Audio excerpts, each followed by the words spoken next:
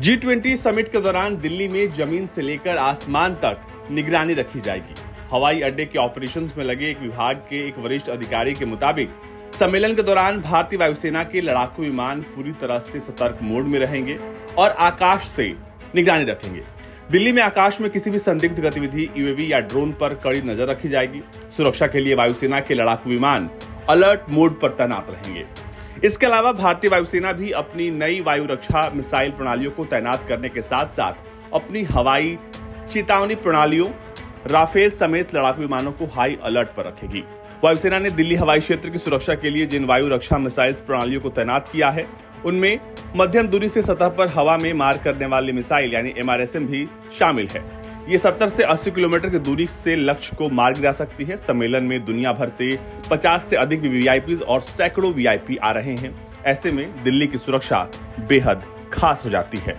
हाल ही में G20 शिखर सम्मेलन के दौरान सुरक्षा को लेकर एक बैठक आयोजित की गई थी, जिसमें भारतीय हवाई अड्डा प्राधिकरण, नागरिक उड्डयन ब्यूरो, नागरिक उड्डयन मंत्रालय, गृह मंत्रालय, रक्षा मंत्रालय और दूसरे विभागों ने हिस्सा लिया, जहां यह फैसला किया गया है कि वायुसेना के विमान अलर्ट मोड पर खड़े रहेंगे, यानी स्टैंड बाई पर रहेंगे।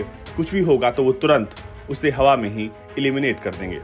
9 और 10 सितंबर को सम्मेलन के दौरान दिल्ली के ऊपर हवाई क्षेत्र की सुरक्षा का ध्यान भारतीय वायुसेना रखेगी। हवाई क्षेत्र और दिल्ली हवाई अड्डे की सुरक्षा से संबंधित सभी एजेंसियां समन्वय के साथ काम करेंगी। बताया गया कि एयर ट्रैफिक कंट्रोल को G20 के दौरान हाई अलर्ट पर रहने और दिल्ली में प्रवेश करने वाली सभी उड़ानों के मार्गों पर बारीकी से नजर रखी जाएगी। किसी भी आपातकालीन स्थिति में उड़ान को 4 हवाई अड्डों की ओर मोड़ दिया जाएगा, जो आकस्मिक योजना का हिस्सा है।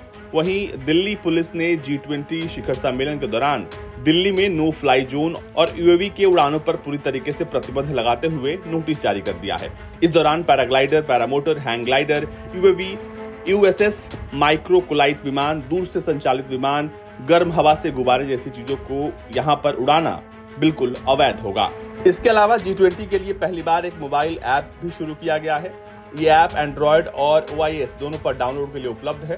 पीएमओ के मुताबिक G20 के प्रतिनिधि और मीडिया के सदस्य इनोवेशन हब और डिजिटल इंडिया एक्सपेरिमेंटल हब के माध्यम से डिजिटल इंडिया को प्रत्यक्ष रूप से देखेंगे, जिसे भारत मंडपम में बनाया जा रहा है।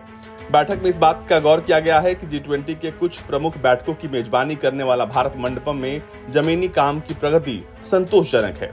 बताया गया है कि अब दिल्ली की सुरक्षा को अभेद्य बनाने के लिए जमीन के साथ साथ हवा से निगरानी रखी जाएगी और ये सुनिश्चित किया जाएगा कि कोई भी संदिग्ध उड़ान उस दौरान ना हो जब समिट हो रहा हो। ब्यूरो रिपोर्ट, भारत तक।